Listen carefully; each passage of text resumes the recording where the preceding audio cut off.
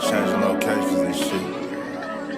Man, get into this motherfucking bag. Stand out the way, I made. Sacrificing time for this shit. Man, I got a plan. Tried to tell niggas years ago. They ain't understand. Riding by myself and it's cool. I'm all in my head. Everything in life you can't replace. I build relationships. Pretty little smile make a nigga wanna lock it in. We met the same time I lost a friend. We should try again. You been on my mind. You should hop in. I ain't gonna hurt you, baby girl. You know we locked in. Used to be on FaceTime calls on the regular. Never made time, landed on my busy schedule. Now every time I hit the bay, you know I think of you. Working on your brand, love, you know that I. Yeah, it's goddess.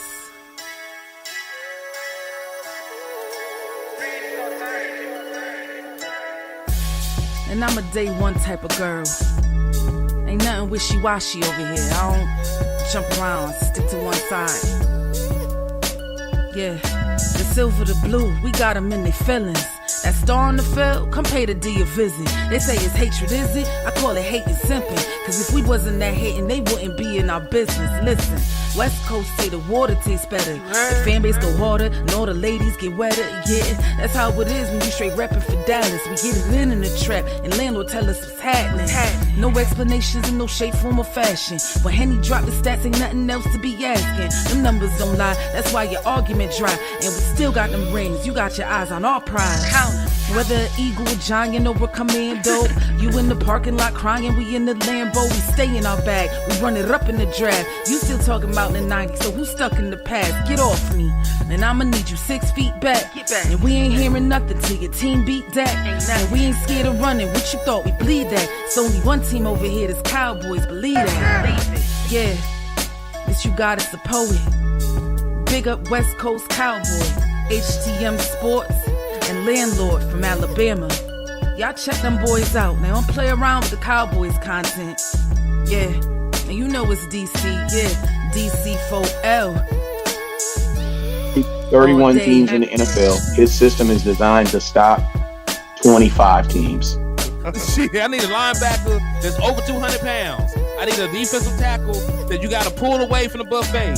He's gone, so no. Let's talk about that. But yeah, that's a large part. That's a large part of your I gotta team. make this point because I ain't gonna lie, I forgot about it until you mentioned it. So I gotta get this out before it flees me, and the nation needs to hear this. And just like that, we are live in the building, man. What's good with y'all? It's your boy Henny the Moore reporting live from the liquor store, man. How's everybody doing? And hey, this is Cowboys Uncut, man. I ain't alone. Matter of fact, if you look right beneath me, I got the big time show in the building, the one and only the Bishop. What's and if up? you look all the way at the bottom, now normally, you know, Landlord is the devil, so he's usually the one at the very bottom of the screen. But right now, hold on. But right now, we got the big brother West Coast Cowboy in the building, holding it down for the entire West Side. He out there saying they are not like us in the building, man. What's good with you, kinfolk? I'm good. I'm trying to fix this angle. All right, that looks better, right? Yeah, it looks a lot better, man. All right, let me see if I can get my chat. All right, there we go. All right, so I look good. I'm good. Yeah, man. Yeah, you sound good. You look like yourself. We Gucci. All right, so I'm gonna turn this camera on for 2 seconds. Just all right. So bam. So yeah, man. I'm ready, man. Let's get this thing popping. Indeed, man. And hey, salute to everybody already in the building, rocking with us, man. There's over 50 people on all platforms right now. Wherever you're at in the world, make sure y'all hit that like button. Make sure y'all hit that share button. Make sure y'all slap the shit out of an Eagles fan so y'all get that discount in the liquor store. And please make sure y'all hit that Cash App or that Super Chat to support your independent content creators, man. You know, every dime helps with everything that we do. You know, we got folks going out to Oxnard for training camp. We got folks holding raffles. We got folks going out to cover the draft year round, going to games, bring out coverage. So make sure y'all support your independent content creators, man. Please do that. Please.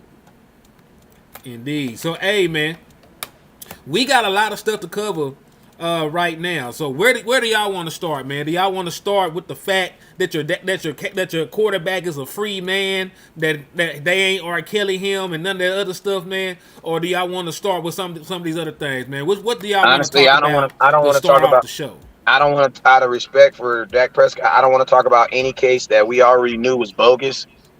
You know what I'm saying? I don't even want to talk about it. I just want to pretend like it never happened because actually, theoretically, it never happened. It never happened, So since it never happened, there's nothing to talk about. but this is the thing though.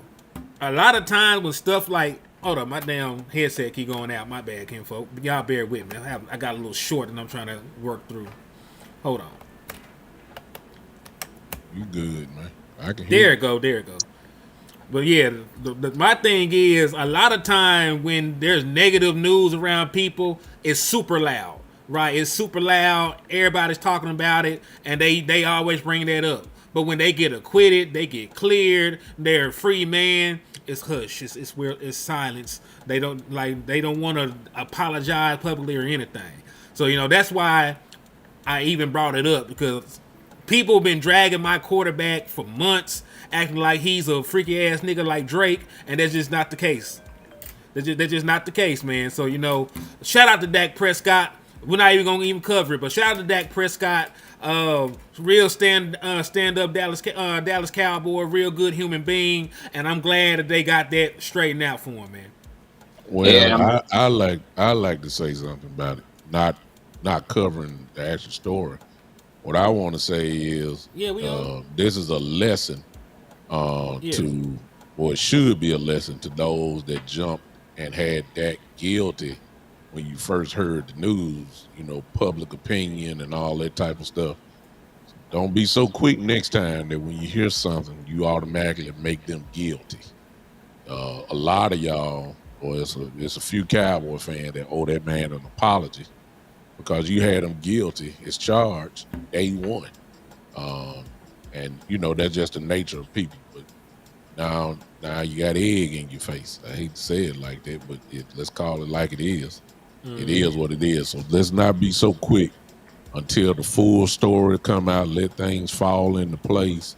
Then once they have fallen into place, then you go ahead and get your opinions and everything else. But there were a whole lot of people that had Dak, man, guilty as charged day one, hoping that he would get into some type of trouble. So that's the only thing I'm gonna say about it. Not necessarily talking about the case. This is what I'm gonna tell you. I'm gonna save some people. I'm gonna actually throw y'all a bone. Listen, I don't expect the KKK to apologize for not liking black folks. You wanna know why? Because that's what they do. You know what I'm saying? You are who you are. Just don't put your hands on me. You know what I'm saying? Not gonna stop you from doing what you want to do. The only people that even believe this stuff, and I try to give like ridiculous examples so I can make a ridiculous point. The only people who have a problem, who even thought it was true, was people who already didn't like that.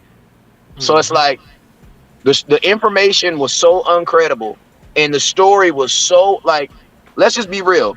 Did the NFL cover this story with Dak the way they did it with Zeke? No. Did the media cover it the way it was with Zeke? No. I'm gonna be honest with you.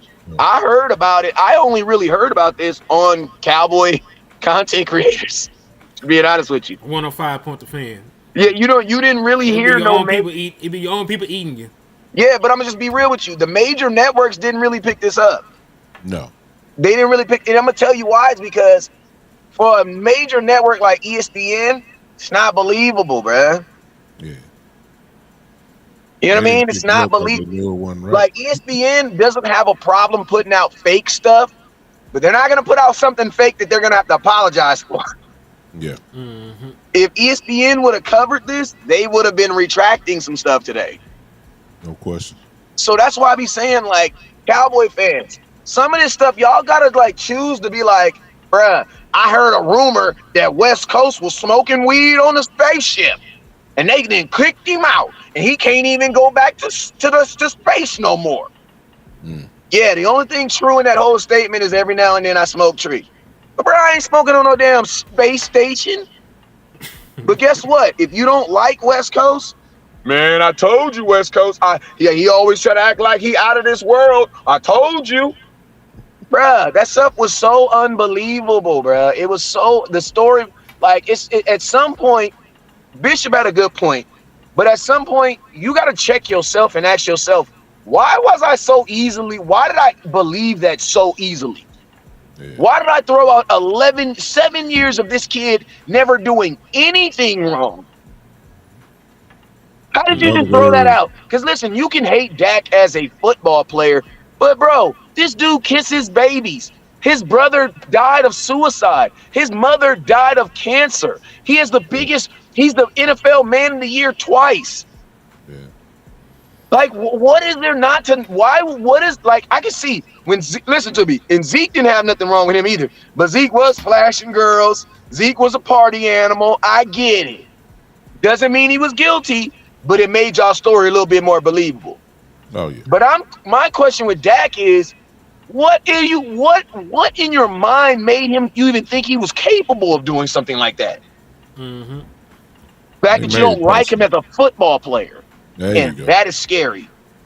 Yep. In other words, you need to check your heart. That's just the bottom line. Talk to him, that preacher. I'm just saying, you just need to check your heart. Leave the football on the football field. But when you start talking about personal stuff like this and character assassination, which is exactly what the young lady tried to do, even to the point where courts just dismissed it because she had no evidence at all. I mean, y'all gotta, you gotta check your heart if you still saying, because people gonna even say, well, he still did it. He just, it's just that somebody got to her and all that type. That's how people are. Check your heart. And listen, AOG, ain't nobody getting to these women in 2024. You want to know why? Because there's more money in doing the case than there is paying someone off. If you got something, you're absolutely right. If listen to me, if you legitimately have something, yeah, there you go. You're not taking a payoff, bro. No, but if you ain't got nothing, you're gonna take the check. Yeah. Mm-hmm. If you ain't got nothing, man, you in trouble. Hey, what they say when you go to see, so if you ain't never been in trouble before, you ain't never heard this. But what's what they say? If you guilty, don't you take it to trial? Yeah. Don't you go waste them people time? Yeah. He said, but he said this wasn't the energy with Watson. Watson settled. He settled his cases. Dak countersued. Dak was ready to fight the woman. Ready to fight. Plus, there was too much evidence on Deshaun Watson. That's a horrible thing. And let's just be real. I'm gonna tell you why Deshaun Watson's situation's a little bit different. I'm gonna tell you why. Because he had 47 women. That's why, motherfucker. Yeah, that makes a difference. Ain't lying either. So that makes a difference, bro. I'm not saying he did it. I'm just saying, bro, you had like 40 some women. And I don't believe Deshaun Watson was out there touching on that many women. No, but I do believe that he was, he might have, they said a little bit, he may buy a little bit. But if you can pay a woman to sleep with you, you can pay a woman to lie on you. That's just what it is. So I don't believe Deshaun Watson was doing it, but I believe that the same women he was paying to have sex with him, somebody else paid them more to lie on him. And that's just kind of how it works. What up, dude? Landlord, like, what the hell did I just walk into? Yeah, it sounds like we on some fan stuff already. Good grief. Yeah, man. Hey, listen to me. I want to ask this to the nation real quick. How many people we got on here? 115. Can y'all hear me still? 115 people. I froze up. I can hear you. I want to know 115 people because we got 2-3 months. Would y'all be mad if we just did a regular just talking show where we don't talk about Cowboys, we just talk about regular stuff that happened on in life? We might talk about some sports. We might. But we might talk about this a whole bunch of stuff that be going, like LeBron James just got, like, I'm going to be honest with you. This ain't Cowboy talk, but I don't give a damn. Bro, what do y'all think about LeBron James getting his son? Like, that's crazy, bro. I think it's hilarious, actually. Can we get it? Hey, Haney, you mind if we get like 2 seconds on it real quick? Hello? We hear you. Go ahead. All right, so my thoughts on this. I am, as a Laker, I think it's crazy they did it. I think they crazier than Cap is. Because you're a business. You're an organization. You have different standards. And we barely made the playoffs this year.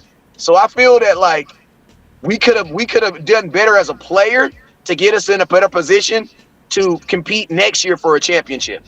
I think this move helps us compete to get LeBron James' services. Yes. Right? Now, I told you I had 2 parts on this, right? Now I'm about to contradict everything I just said right now.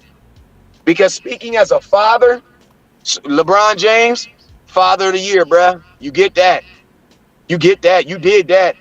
You're doing something that every father who has ever played basketball, pickup football, has ever dreamed about, bruh.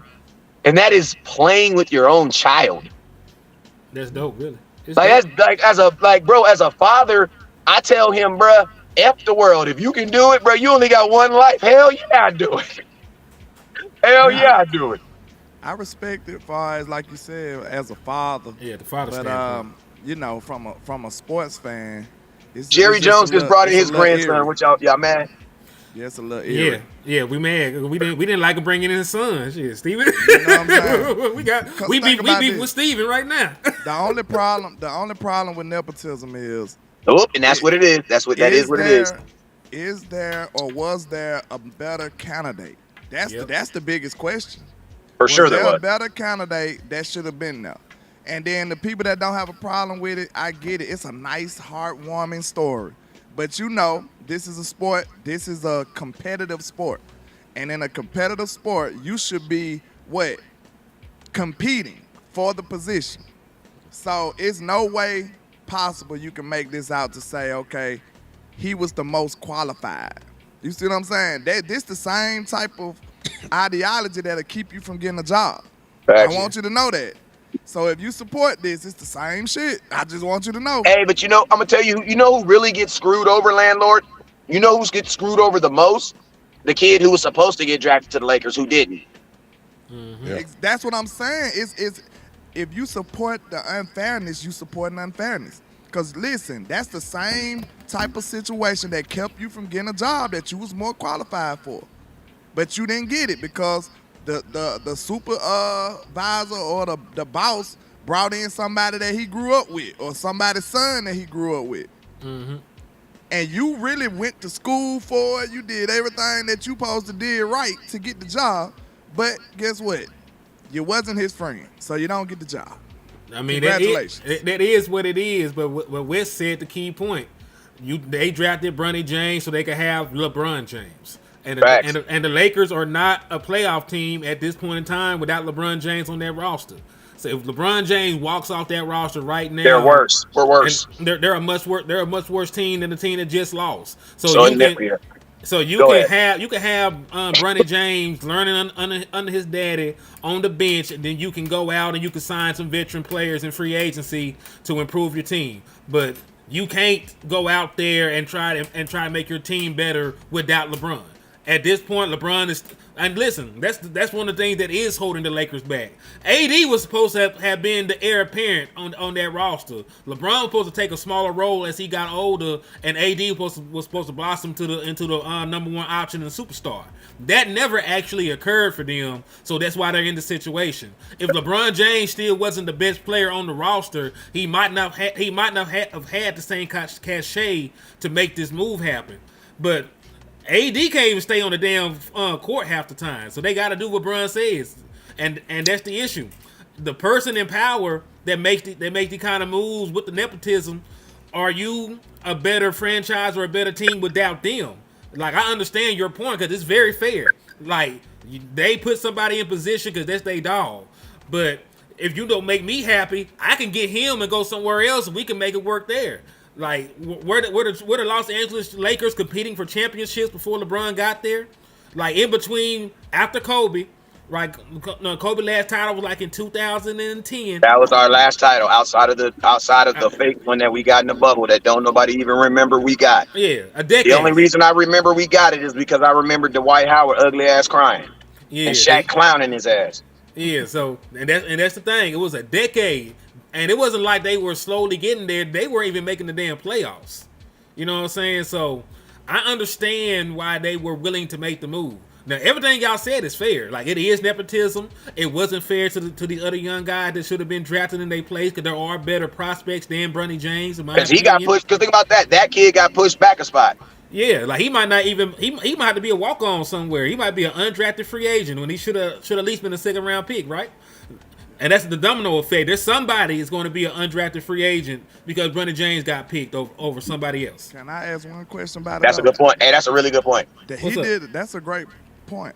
But at the same time, I'm trying to see like one of the other problems with nepotism is how far do you go with it though? Okay, you used your nepotism to get them on the team. Now, are you gonna continue to use nepotism to keep them on the team? Get them playing time. You see what I'm saying? But think about this. Hold on. That's the danger of it. That's all I want to say. I just want to make sure we clear on the dangers of it because we know you got them on the team. And I'm gonna tell you. Team. Are you gonna stay on the team? That's what I want to know. And landlord, minutes or what? We don't know nothing. Go ahead. And landlord, I'm gonna be honest with you. You're doing a great job of kind of blending this with Laker and Cowboys, because I can tell when you say how far, you're not talking about the Lakers. You're talking about the Cowboys. Because think about this: the Lakers have restraint. Now, this just sounds crazy, but I'm gonna be honest with you. If you really think about it, the Lakers gave up a second-round pick for LeBron James. Yep. When you put it like that, because he a free agent. Because think about this, they weren't gonna get a discount on him. Right there, I can't be mad at. So think about this, landlord. Think about this. They were gonna have to pay LeBron regardless. The money is not, bro. You're gonna pay LeBron regardless. So you don't save any money by having them. You don't save any money by. It's not like, oh my God, we gotta pay LeBron too, bro. LeBron's gonna be the highest paid. They already talking about his contract. He's gonna be the highest paid player in the NBA this year anyway. Without his son on the team. As a Lakers fan, and this is my last thing I'm going to say about it. As a Lakers fan, how do you feel about it? Far as how LeBron just took y'all to the woodshed? Because this is a me move. This ain't got nothing to do with the team. This is like, I'm that dude. Yeah. I'm the oldest Lakers fan. Okay, well, you the oldest Lakers fan. Go ahead, do your thing. About that. I know Big Time I keep it real now, Big Time. If you have a lot of players, number one, do not get to this level to do this type of stuff. Fact. And when we start talking about the Lakers, this is nothing new. If you know the history, they didn't really have to coddle toward Kareem, but they coddled toward Magic Johnson at an early age, even to the point where they got a coach fired who just won a championship, and Paul Westhead. Magic got him fired and put Dr. Buss in a position where he had to make a choice between Magic Johnson and the coach. The coach ended up getting out of there. That was Magic was 20 years old. So we got a little small part of that. They did this for Kobe for real in his latter years. They coddled to him anything he wanted. Lamar Odom. And we weren't in championship contention when Kobe was in his latter years, but everything was based off of him. So this is really nothing new. We just ain't never seen it to this level. Now, West Coast just said the key thing, well, there's two key things that need to happen. Number one, and really you can stop right here. LeBron is going to opt out of his contract, which means he has the right to go anywhere he wants to. The Lakers already know they better do what he asks because he's on that level, that he can run a franchise. He ran the franchise in Cleveland. He couldn't run it in Miami because that's why he was hurt and got him out of there. Pat Riley wasn't going. But ever since he's been to LA, the most successful? Exactly. But since he's been to LA, he done ran this franchise. He done got coaches put away, et cetera, et cetera. Now we even to this point where the son. Now, I'm in agreement fully with West when he said somebody went to the back of the line because he got drafted where he got drafted. That part you can argue and say is unfair and everything else. That's fine.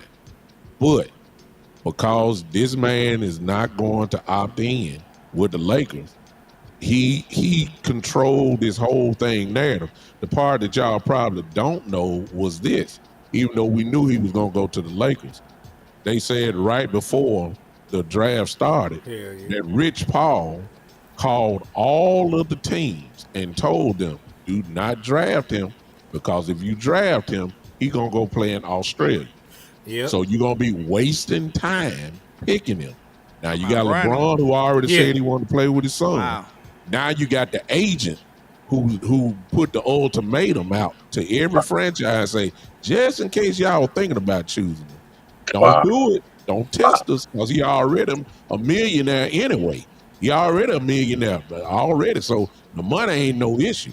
So he'll go to Australia and play. But if you pick him, you wasting your pick because he's not gonna play for us. Because they said it was either the Suns or the Lakers, right? Suns or the Lakers, and the Suns were behind the Lakers in the second round. So it was easy to see what was going on. You know, it was now as far as him playing. That is crazy though. But that's power though. But that's power. And you gotta be the man really to get that type of power. And LeBron has had power for God knows how long, ever since he's been in the league. And you know what else he has? Because I'm gonna tell you something that we all knew as Laker fans, Kobe's last season. We all knew that Kobe was not gonna win a Super Bowl. Not a Super Bowl. Kobe was not gonna win a championship that year, right? That Cowboy content just gonna come out some kind of way. Facts. Yeah. But listen, if you look at that roster, we all knew we weren't gonna win a championship that year. But you know, we also knew that they also knew they were gonna have full stands. So I think organizations have to come to these. Sometimes I think they have to. You gotta think like this. It's like, if we don't have with LeBron, we're barely we're not even a playoff team with LeBron. So without LeBron, bro, we have nobody in our stands. True. So it's like, I think that's the first thing they got to conquer is, listen, we ain't got to win a championship, but we definitely got to sell tickets. You know what I'm saying? Yeah. I think the problem is with me is like, business-wise, I get what y'all saying. It's the best move y'all had. Really, it's like, that's all you can do. But I think my problem is morally. And like, business trumps the moral part of it. So I get it. But I'm just saying, you know what I'm saying? It's like, it's still kind of weird, though. It's weird, but I'm going to say this, and I'm going to just stop this right here. Fuck the Lakers. I ain't finna talk about the Lakers for an hour.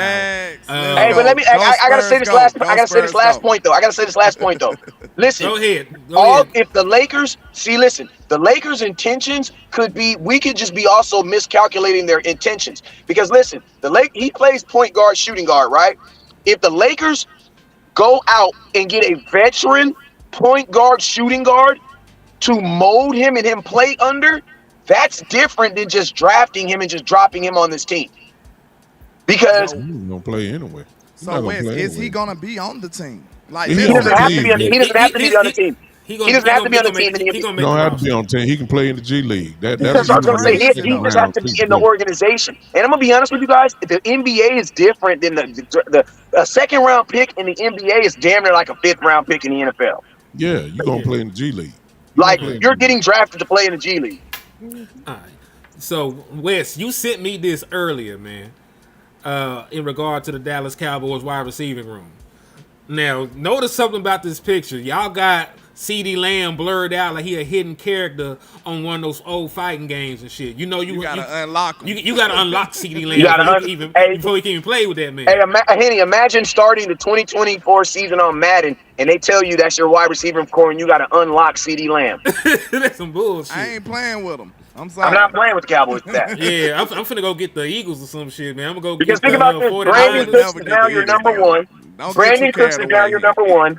Jalen Tolbert's your number two. And Ryan Forney, actually, it would probably be Kevontae Turpin. Under this right here, it'd be Turpin. But Brandon Cooks, Kevontae Turpin, we have the shortest wide receiving core in football. Yeah, that's three dudes under 6 foot right there. Right there. I like Turpin, so I ain't gonna say nothing. That's two. I like Jalen Tolbert too, but I don't like Tolbert as my number two. I don't like Brandon Cooks as my number one, and I don't like Kevontae Turpin as my number three. So no. Let me give Mafia some love. I don't think we even read it, but shout out to Mafia Bets with the $10 super. He said, everybody calm down. Mafia Bets is in the trap house. What's happening, man? Salute the Mafia Bets, man. Hey, you know it's Cowboy content. You know it's Cowboys Uncut, but you know we rock with the mob over here. You feel me? Yes, hey, I'm just talking about receiving cores, man. You know damn well. Listen, I know we hate the fucking Eagles. The Eagles ain't shit. They're shit-eating parasites. They all deserve to die painful deaths when they go. But still, I'm just saying that they got a good wide receiving core. It's better than that bullshit on the screen. You know, Nice. damn. Listen, Trey. If Brandon Cooks was your number one receiver to start the season, you would drive all the way to Dallas and slap the shit out Jerry Jones for playing with you like that. Let's keep it real. If Brandon Cooks was your number one receiver to start the year, I would see your mugshot on national TV because you attacked a billionaire. Hey, bro, I'm gonna tell you this right here, right? With CeeDee Lamb on your, I'm gonna tell you how good CeeDee Lamb is. CeeDee Lamb basically makes up for two people, right? Because if you put this picture even with CeeDee Lamb on it versus the Eagles, one would want to say that the Eagles is better, but because they have two guys, they have two. But you're still gonna say the Cowboys are better. You want to know why? Because CeeDee Lamb is just so much better than both of them. Bro, listen to me. If you take CeeDee Lamb off this, bro, we have the fourth best. I think you're not better than the Eagles in your division for sure at the wide receiver position. I don't know about what you're not better than Washington. No. This gonna be the pettiest. This gonna be the pettiest assessment ever. What I'm finna. Hey, where you think you guys rank? Where do you think we rank in the division with this wide receiver core? You're probably third or fourth. I mean, you were second in the division with CeeDee Lamb. You talking about wide receiver core from top to bottom? Facts. If we being honest, cause CD trump all of them, but we don't he got better no other W's. We don't got no other W's after that. Yeah, because like Devontae Smith is a better two than Brandon Cooks. Shit, man. Like it's like top to bottom, they got a better wide receiving core than the Dallas Cowboys. Hey, and then Washington has two too, right? They got two very good wide receivers as well. Dotson and Scary Terry. Yep. McLaughlin. And landlord, maybe you was right. Maybe we should have drafted a wide receiver. Yeah, I was look, timeout. That's why I was waiting. That's why I said I was finna have the pettiest take ever. Landlord. I don't want to hear that crap because I said draft a wide receiver and nobody wanted to listen. Hey, so what if CeeDee Lamb get hurt, bruh? We've been saying this, bro. This is what we've been telling y'all. Hey, y'all know I'm a visual learner. That's your fault for not making a chart. Next time, make a chart, goddammit. That ain't my fault. Listen, made a chart. Listen to these haymaker points we made to why we should have a top receiver. Listen, if CD get hurt, that's one. That's like, bro, we are doomed. If CD get hurt, we doomed. Okay. On top of that, think about this. We have no future number 2 wide receiver anyway. None. If Brandon Cooks don't ball out, we ain't gonna sign his ass. And if he do decent, we still might not sign his ass. He's like 30 something. So you need a wide receiver 2 anyway. So you could have drafted one in the first round, got one of these young phenomenal talents. You could have grown them under Brandon Cooks and CeeDee Lamb for a whole season and had better firepower for right now. And you could have groomed him right into being the number 2 role next year after Brandon Cooks leaves. And you didn't even have to use a first-round pick to do it. There were still guys that had first-round grades that fell to the second round. But you decided to get a defensive end to replace DeMarcus Lawrence next year. And then another reason, Wes, I tried to describe to y'all, listen, we use CeeDee Lamb like a workhorse back, bro. It's a miracle he didn't get hurt last year. You know how many reps he had, how many attempts he had, how many snaps he had. And he ran the ball. Man, CD doing everything. He doing everything. We using him like a workhorse back, and we still ain't got nothing behind him for real. Hey, think about that's y'all, bro. That's y'all. Hey, and I'm gonna be honest with you. That picture alone, if I'm CeeDee Lamb alone, bro, I would listen to me. There's no way in hell I'm not gonna not hold out, bro.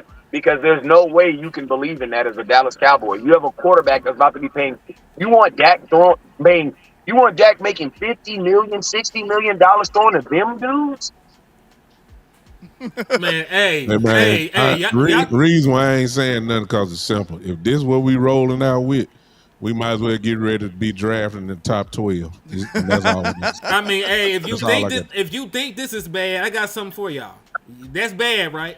Man, don't be having me up here. Hold on, already man. sad, man. Go ahead. Your feelings don't mean anything. We about to me. 10 minutes into the show, bro. I'm already sad. That's bad, but this is worse, right? Oh no. Because this is 2025 to 2026. That was 2024 to 2025. CeeDee Lamb.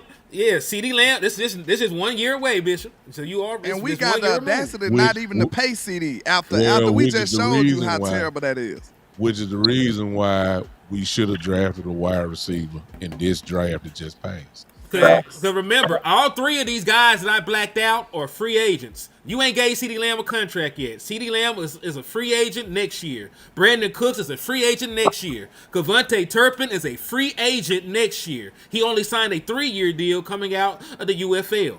So guess what? Can I add to your point? We're gonna have a brand new team next year. That's can I add to your point? Look, not only the terrible things, horrible things that Hen just said, bro, you gonna have to pay Jalen Tolbert. You gonna have to pay the man. And then look, okay, listen, we might have to, bro. Please show our face for this, cause this gotta sink in. This gotta land. This punch gotta land. I want y'all to feel this hurt, cause this is what I've been dealing with the whole offseason. Y'all just set up and laughed at me, said landlord crazy. We ain't studying. We don't need no receiver. We don't need no receiver. We did draft one. We did draft one. Listen, that's what I was just about to say. But listen, I just showed you how urgent the need at wide receiver was, how important it will be in the future. I just showed you that, right? But y'all sat up here and told me, oh, we drafted Ryan Flournoy. We got Jalen Brooks. You know what I'm saying? Jalen Brooks is phenomenal. He's gonna shock everybody. Y'all sat up there and bought that stuff that the Jones is selling. So do you believe the Joneses or do you not? Cause y'all always say we don't believe nothing the Joneses say until it came to what? About these wide receivers. Y'all believe that. I've been trying to save us from this crazy stuff all offseason. Y'all set up and believe everything they said about these wide receivers. Oh my God, Jalen Brooks looks like an all-pro. He's going to sweep the nation. Oh my God, Jalen Brooks, Jalen Tolbert, every Jalen we got, they finna just shut it down. But y'all set up there and believe that, though. Y'all pick what y'all believe from the Joneses. I'm sitting up here telling y'all, even if it is true, we need something more tangible. I don't want to be going out projections. The only thing that I disagreed with you on drafting a wide receiver was in the first round. That was the only thing I disagreed with. Second round, I had no problem, and going backwards, I had no problem. First round, and I'll still say that. First round, because I'm going to tell you this right now. If the Dallas Cowboys have a first-round receiver right now with what they're going through with CeeDee Lamb, I feel the Cowboys will make the dumb decision and let CeeDee Lamb play out this year and let him walk. And then make this kid in the first round, who we did not draft. And I'm going to tell you, at our first round position, our first round where we drafted, where did we draft? 26. 26. Was there a CeeDee Lamb replacement right there at 26? It was a Brandon Cooks replacement for sure. Okay, so then that's my issue. I'm not trying to I'm not trying to replace Brandon Cooks with a first round pick if I'm going to lose my first round pick the next year. You was going to have to groom him anyway, though, Wes. But listen to me. A year is not, listen to me. CeeDee Lamb ain't grooming, I was about to cuss. CeeDee Lamb ain't grooming SHIT in a contract year, bruh. What are you talking about? CD got groomed in 1 year. CD didn't get groomed in a year. Yeah, he did. He when he first touched the ground, he was already a 900-yard receiver. But think about this. But guess what? From there. But guess what? You also said that CD was CD. We're not drafting a CD. We're not drafting. We're drafting a guy that could hopefully be a number 2. In the first round, you probably could have. In the first round, there were guys that were number 1 receivers still. Yeah. At pick 26. Got you a CD. Yes. At pick 26. Yes, there was. Yeah. I ain't gonna lie. I might have to disagree with that one. I mean, you can disagree, but we did the work. Yeah, you ain't did the work because they ain't even played yet. So what are you talking about? My God, they haven't even played yet. They haven't played us down yet. So what are you talking about? What are you talking about to say there ain't one then? Because there ain't. The reason why I'm saying there ain't one because look at when we drafted. It doesn't matter where they were drafted. Yes, it does. To the Dallas Cowboys, it does. To the Dallas Cowboys, it does. They were first round pick. Last matter of fact, we picked at 24, right? Was Dez Bryant not a number 1 receiver at 24? Yes, but we also traded up for Dez Brown too. The Dallas Cowboys aggressively wanted Dez. They didn't have a number 1 on their team. Think about this. How are you going to groom a number 1 with another number 1? CeeDee Lamb's going to get 1,800 yards? Bro, so what are you going to do? Groom him with 600, 700 yards? You can only groom a number 1 in a number 1 position. Like, this is Dallas. This ain't Philadelphia. Bro, we're gonna throw the ball to. Listen to me. When Amari Cooper was on this team, who was getting the ball? Amari Cooper. We got rid of Amari Cooper so that CeeDee Lamb can get the ball. CeeDee Lamb beat out Amari Cooper their second year. Bro, that's because come on, all the stuff Amari Cooper was going through. What was he going through, man? Besides being sick. Man, his girl didn't come Listen to home me. on time. But think about that this. night. I'm asking you a question. Think about this though. But do the Cowboys have 2 years? Do the Cowboys have 2 years to do that? They don't. They have one. Dallas Cowboys should have did this shit like a year ago. Yes, I understand that. But I understand that. But what I'm saying is this. I agree 100% second round. But if you draft a first round pick receiver right now, and you have not paid the first round receiver that you have already paid, that is a cognitive sign that you are about to let him walk. Because it makes. So you're trying to say the front office too nefarious to do it. There you go. I mean, that's the bottom line. Listen, I'm saying like this. If you weren't going to sign CeeDee Lamb, you should have drafted a dude year before last, not in his senior, not the rookie year. But this is the thing. We're saying to sign CeeDee Lamb and draft the dude. Yeah, we're not trying to replace CeeDee. Second round, I'd have been fine.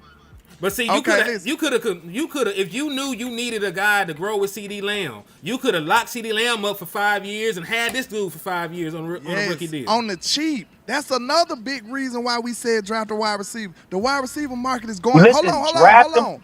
In what round? We just said why to draft him in the first. Listen, the wide receiver market is going out of control right now. It's going through the roof. We know we got the cheapest front office in football. If you want a nice thing, if you want a nice toy, you could have drafted one and got him for 5 years for the cheap. He could have been. He could have turned into CeeDee Lamb. Listen to me. But this is the thing, though. Think about this, though. This is the problem, though. Your entire offense is based on CeeDee Lamb and the connection he has with Dak. You're about to sign Dak based on his ability to throw realistically to one guy. But that's not a good thing. Go ahead, but that's not what they were thinking. That what you just said, Wes, is kind of what most fans would think, and most normal football people would think. They were dedicated to their system. They came in. We found out after the draft that they were saying, "Look, we got to shore up this offensive line." That's what they were saying. They weren't really thinking about the best player available. Because the best player available in round 2, there were plenty of receivers in round 2, and we had to pick up Nealon. We could have picked up a receiver in the second round, but they were so dedicated on edge and also with offensive line that did they really pick up the best player available? Was Nealon really the top of their board on the second round? It just ain't nowhere in the world. Now with Keon Coleman sitting there. And it's the thing about, and that's what I'm saying, and that's all I'm saying. And listen, fellas, that's all I'm saying. What I'm saying is this: your offense is too based on Dak Prescott and CeeDee Lamb for you to be trying to do anything other than sign them. I'm gonna tell you this right here. We want to sign. Listen. I'm gonna tell you this right here. History says that we're just making a bunch of content right now because C's gonna get signed.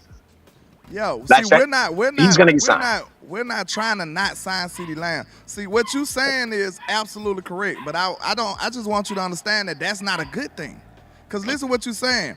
CeeDee and Dak is basically the only thing we got. If I'm a defensive coordinator, I'm in here licking my chops to play y'all.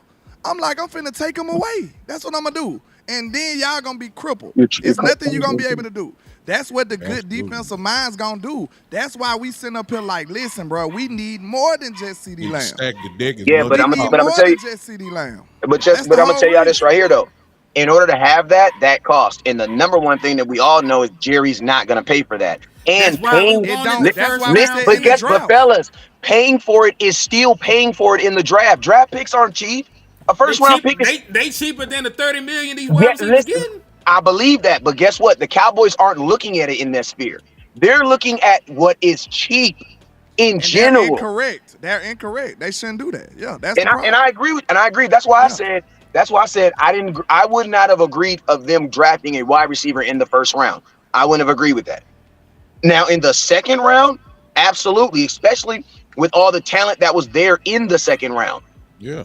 Like, that's what I'm saying. Like, that's why I'm saying, like, I have no problem them drafting one in the second round. First round, spending that type of money on a first round receiver when you already have one. Like, my mindset is CeeDee Lamb is going to play well over this contract. And then guess what? You're going to sign him again. Then on that contract, you then start bringing a kid in because you want a kid to be with CeeDee Lamb at least 2 years, not no one season. Because I'm going to tell you, if you only got 1 year, bro, you're not molding anything. You're not developing anything. You're trying to win now.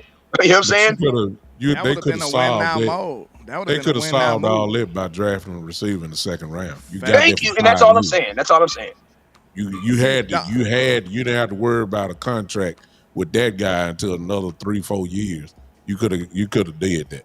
But we were so dedicated to our system. That was the problem.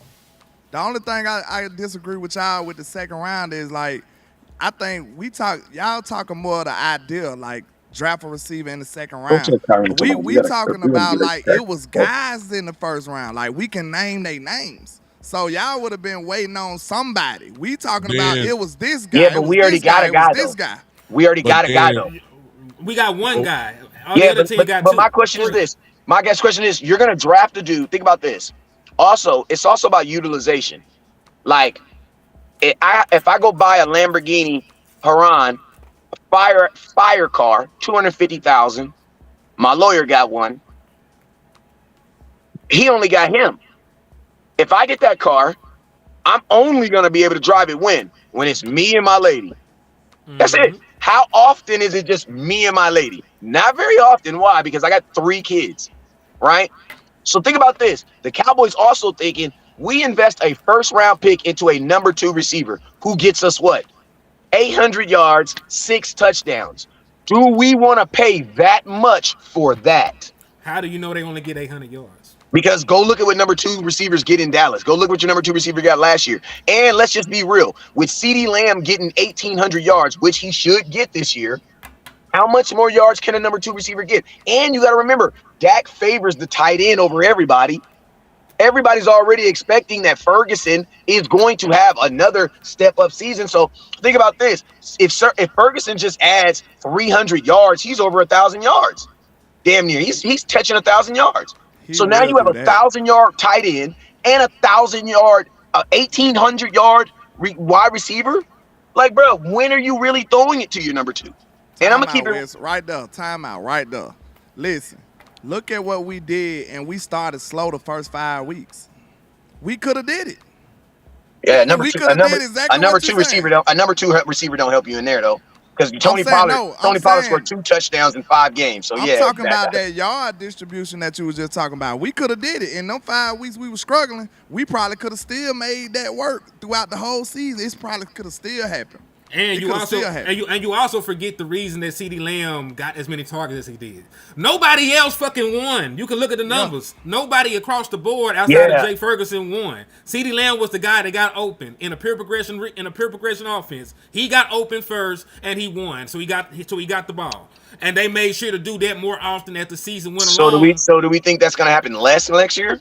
No, it's gonna have to. That's the point, Wes. Because you ain't got shit else, it's gonna have to happen next year. Yeah, but see, this is the thing. I don't agree with you on that, because I also agree that they didn't target Brandon Cooks. So now listen to me. I don't want to get no back and forth. We can always just take it to the film.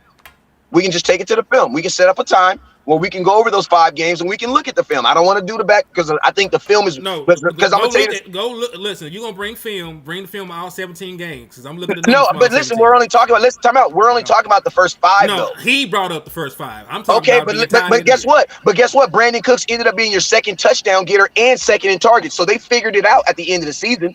But at the beginning of the season, no, they hadn't figured it out yet. I brought up them 5 because we were slow, and if we would have been better in them first 5, we could have been, you know what I'm saying? We could have. But you know what we sucked in the first 5 though? We could have reached those goals that you were talking about at red the zone.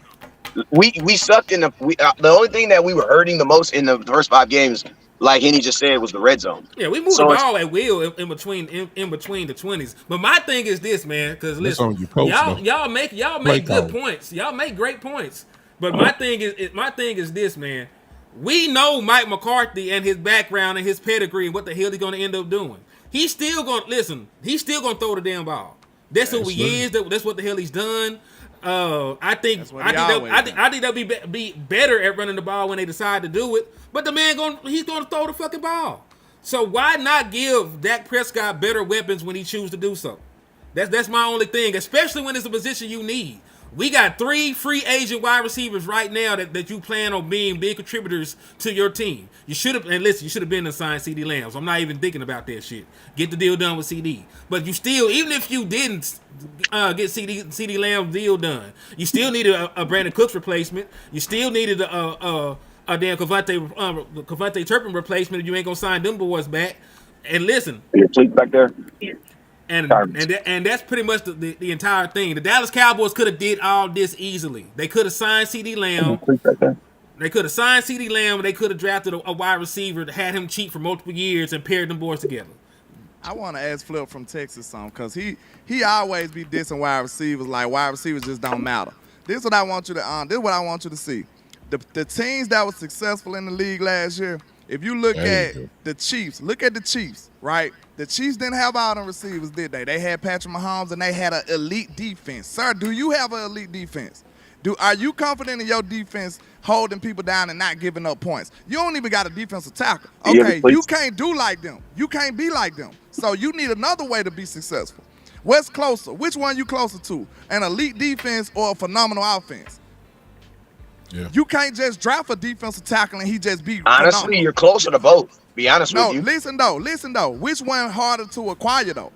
You actually got both right now. Time out. Which one more hard? Which one is more difficult to acquire? A dominant defensive tackle or a phenomenal wide receiver? Especially in the draft. It's harder to get a defensive tackle. You're not gonna get a defensive tackle to help your team ASAP in the draft like that, bro. They don't work out like that. You're not even gonna draft one that early in the first place. That's my point. No first round.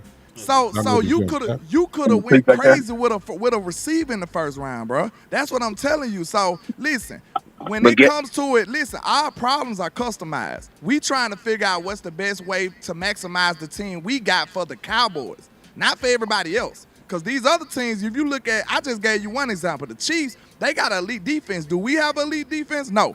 You look at the Eagles. The Eagles got 3 receivers. They got a Heisman winner as a number 2.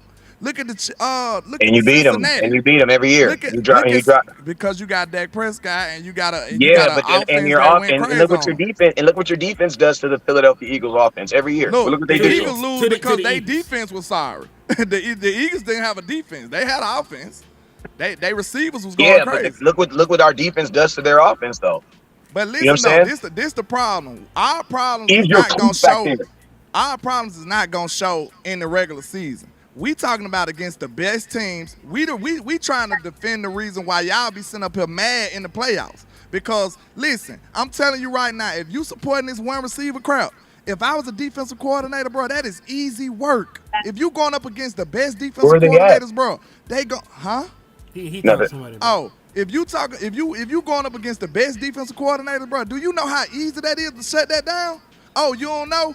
Go ask Green Bay how easy it is to shut it down. Go ask San Francisco how easy it is to shut it down. You got one dude to defend?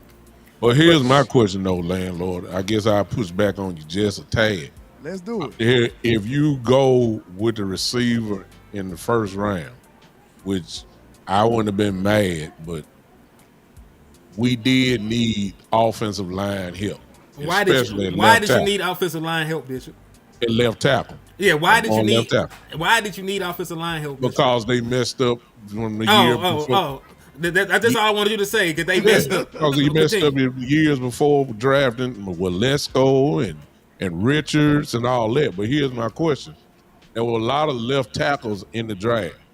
You drafted the right one. The quality of the left tackle, if you were going straight draft, would have dropped by the time we got to the second round as far as left tackles.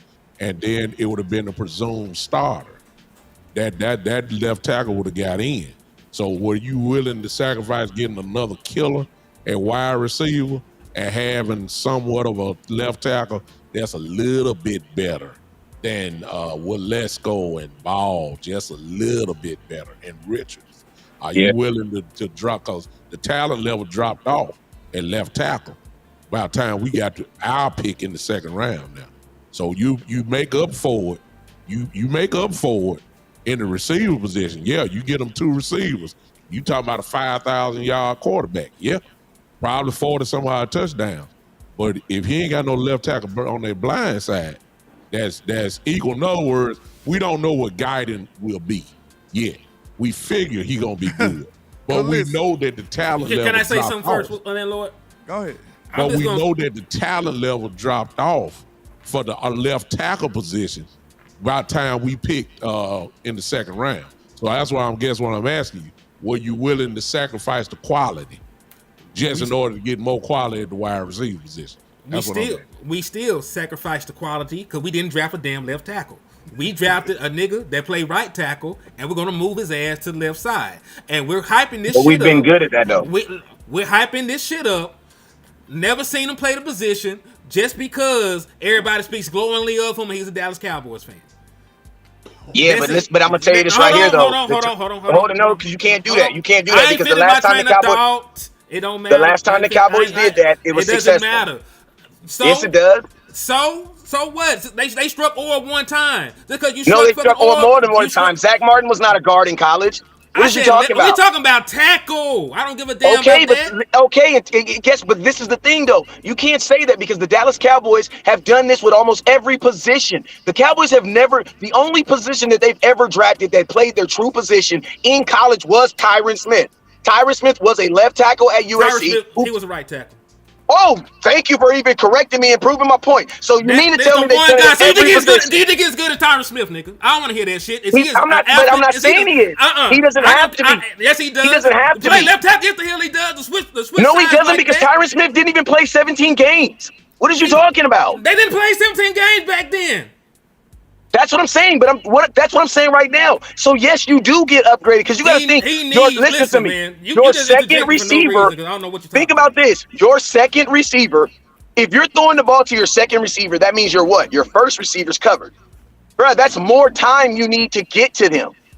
Hold up. So hold on, now you already cut me off. So your thought process is to replace your All-Pro left tackle with a dude that ain't never played the damn position before. Yes, you want to know why? Because the Cowboys have done it several times and it's worked.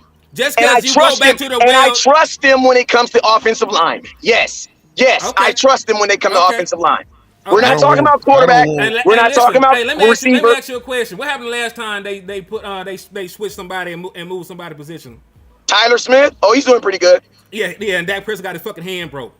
Well, I mean, he didn't actually hit. But how many games did we win that season though?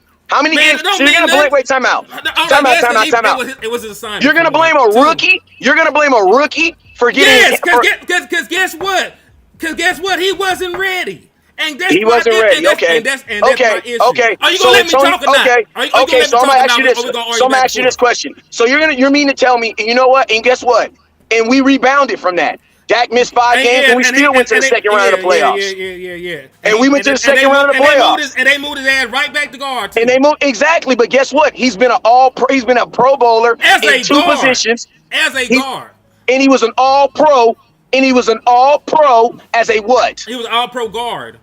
Thank you. And he was a Pro Bowl what?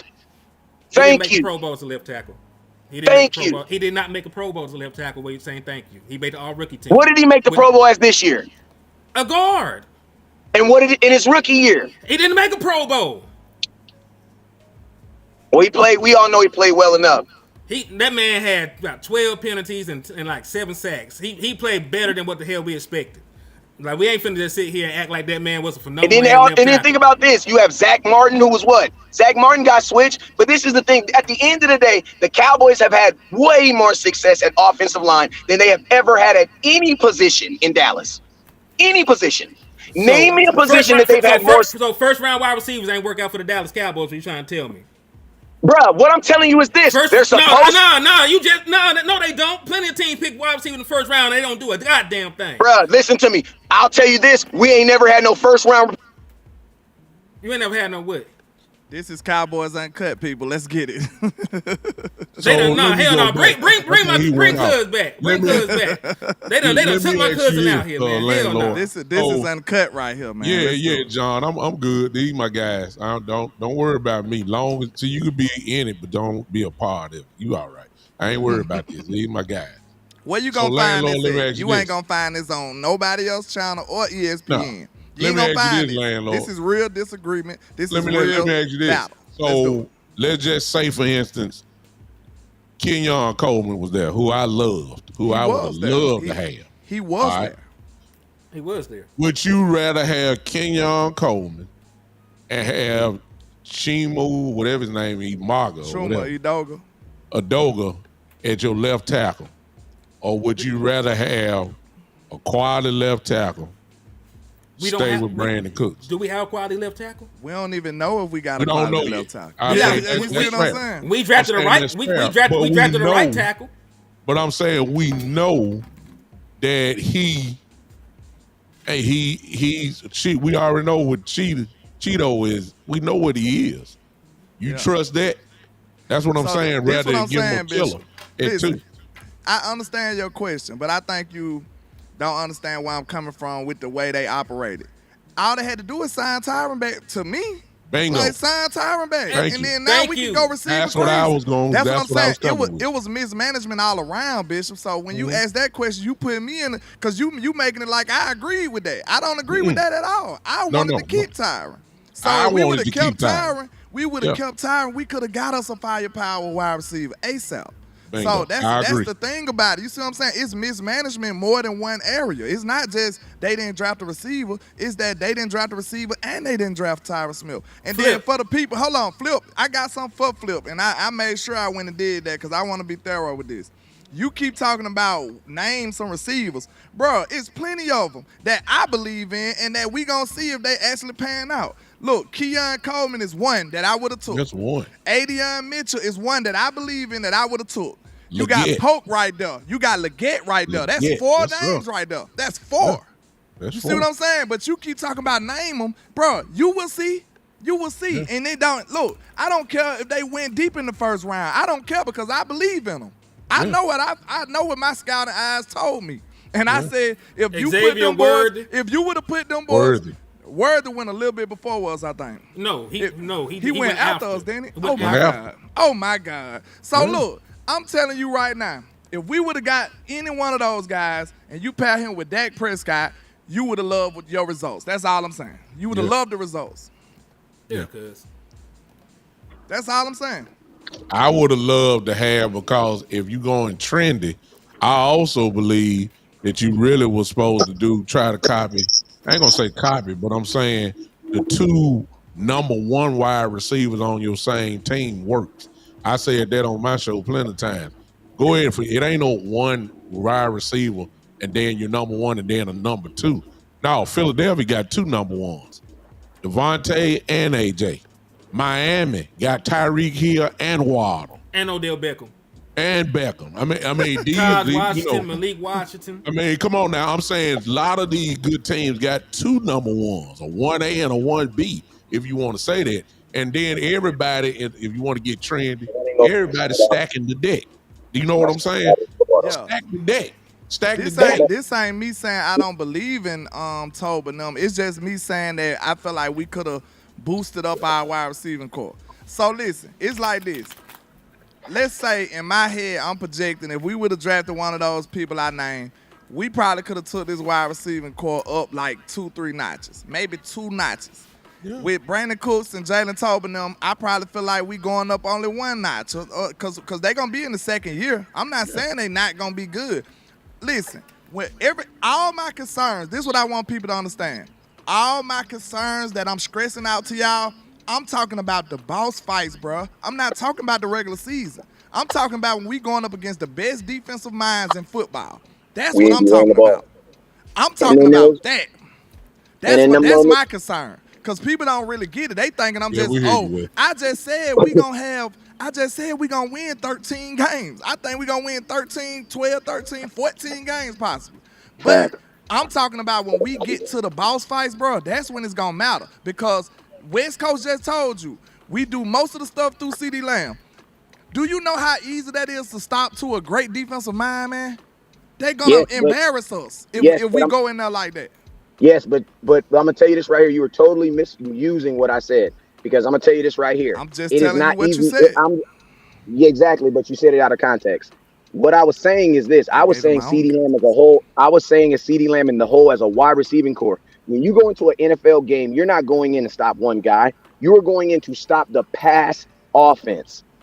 Now, the pass offense might be headed by such and such, but like you just said, everybody got 3 and 4 wide receivers. But let's just be real. Kansas City is not wide receiver heavy. And I'm going to tell you, Kansas City is not wide receiver heavy either. Kansas City's never had a 1-2 punch at wide receiver. They won a Super Bowl. They got an elite defense. No, they do not. They do got an elite defense. They got an elite. Do you? Do I have an elite defense? Yes, I do. Yeah. Yes, I do. The defense that gave up 28 points against any team with a pulse. Listen to me. The Dallas Cowboys, when you do something more often than not, you are an elite. You cannot judge a defense off of one game, bruh. What are you talking about? I didn't ask you about one game. I said they gave up 28 points per game against teams with winning records last year. And that sound like an elite defense. And this is the thing, too. But winning teams have good offenses, bruh. Like, what are we talking about? How many of them games did you lose, though? Most of them. How many of them games did you lose? No, don't give me most of them. Give me all of them. How many games did you lose? Because I hate when people give exact stacks, but then they go they go kind of roundabout. No, like half. Like it was half, like 4 and 4. 4 and 4 against winning teams, and then you were 3. Then you were 3 and 4 against teams with winning records. I'm gonna tell you guys something. Why y'all naming teams with elite defense? I'm gonna tell you this right here, bro. You're not gonna beat every winning team. You're not supposed to get 30 ball by you're not supposed to get 30 ball by good teams either, though. Exactly, but bro, listen, but you also think about this, your offense has to score too, because you're playing against good offenses. How many teams are elite teams with bad offenses?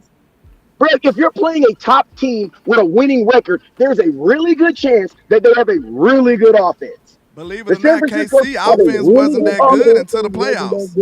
Kansas City didn't have. Believe it or not, you couldn't stop that. Hold on. You got some echo going on, cuz. Kansas City ain't got 2 receivers.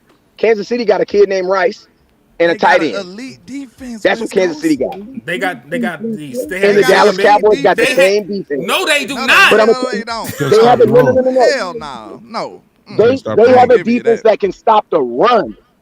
They had the second best scoring defense in the league.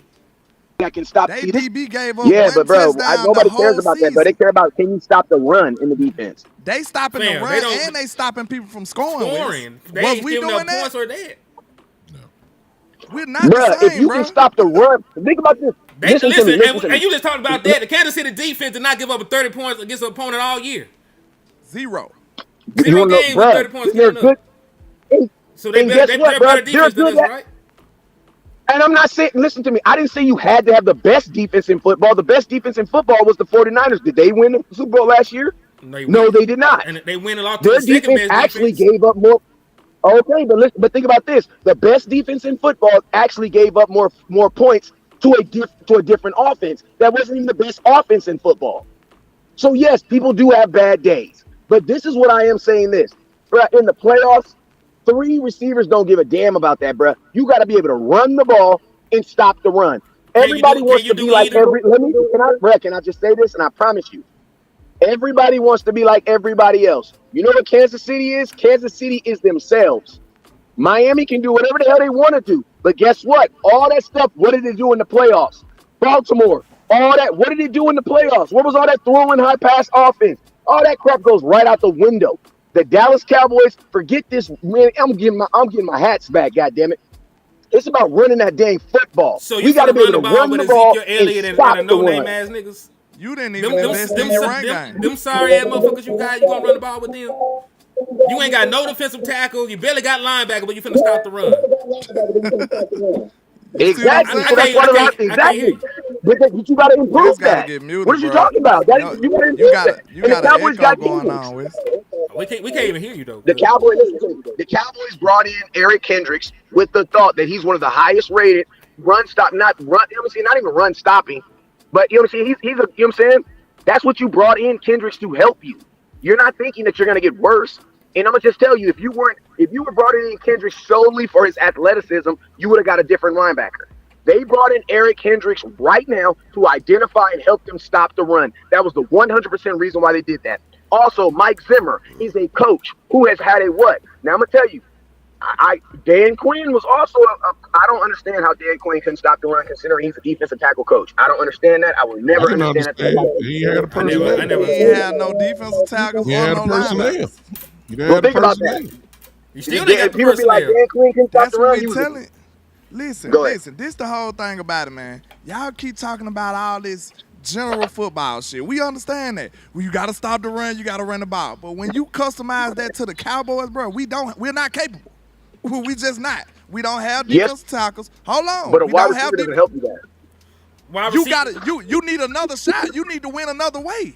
If you can't be solidified, listen. If you can't be solidified in one area, you need to boost up another area that you're good in. You see what I'm saying? Man, go get a first round running back before you go get a number 2 wide receiver. That could have been a way to do it. That could have been a way to do it, but we didn't invest in it. You could have spent a second. You could have spent a second round pick on a running back. I was all for getting Trey Benson. Me too. I wanted and then think about this: any wide receiver that you bring in on a first round pick, their contract, CeeDee Lamb and their contracts are basically mirrored because you're going to be signing him and that new. I want to get this out. No way in hell they were doing it. Let me know. Are we even capable of doing the things that y'all saying do? Listen, we couldn't stop we couldn't run the ball last year, right? We couldn't run the ball last year. We just replaced 40% of this line, and then we lost the best running back we probably had. So you think we're gonna be able to run the ball now?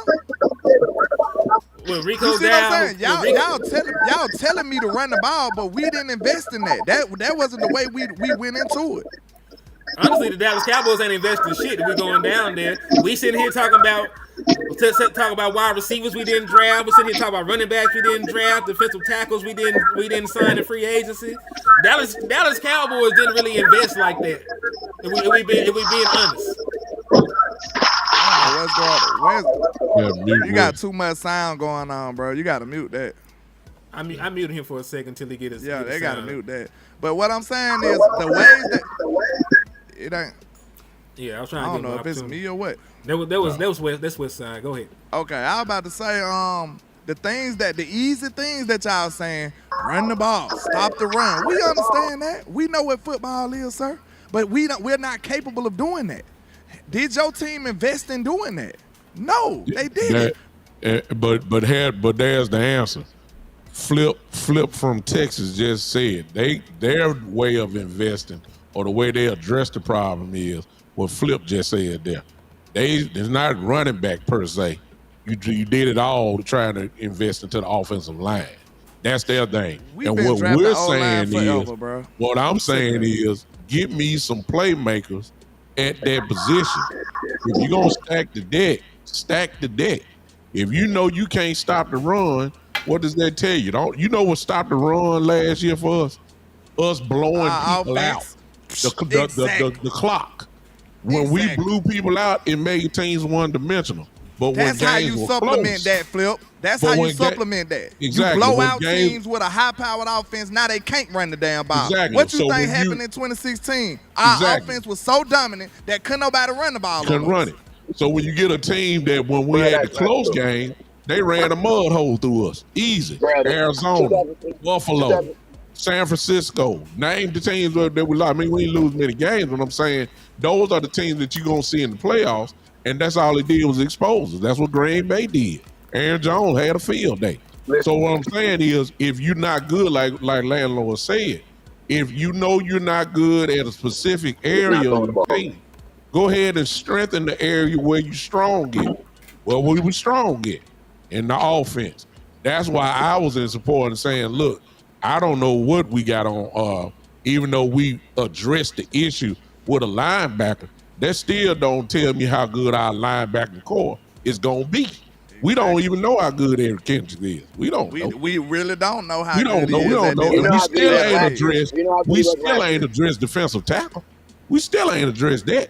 So those were the main elements of saying that we couldn't stop the run. We ain't address a defensive tackle, not really. The only thing we got to hope and pray on, man, is that because it's possible, but we got to see it happen. That Mike Zimmer scheme can help stop the run. That's the only thing we can hope for as an improvement. With the same players, per se. With the same players.